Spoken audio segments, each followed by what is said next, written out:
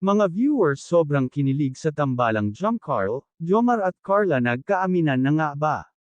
Bago ko ipagpatuloy ang maiksing reaction video na ito hiling ko lang na patapusin ang panunood nito para malaman ang nilalaman nito at kung bago ka pa lang sa munting channel na ito paki-subscribe para lagi kang updated sa video ng mga kalingap.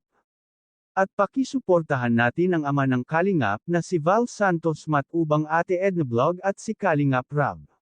Isang mapagpalang araw sa inyong lahat mga kalingap at shoutout nga pala sa patuloy na sumusuporta sa aking YouTube channel lalong-lalo na sa mga viewers natin na walang sawang nanunood at sumusuporta. Salamat.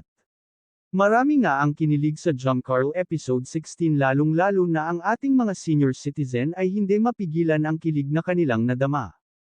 Kaya nga nag-request ang mga viewers na sana daw sasagutin na ni Carla si Jomar at magbabagang taon na.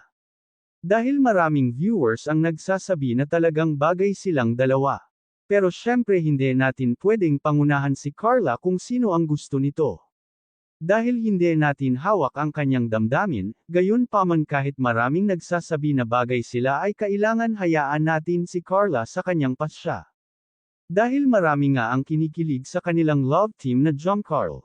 Excited na nga ang iba na ipalabas silang muli, marami nga ang nagtatanong kung kailan ipapalabas ang Jomcarl 17 at gusto na nila makita si Jomar at Carla. Lalong-lalo na si Jomar na persigido ito kay Carla.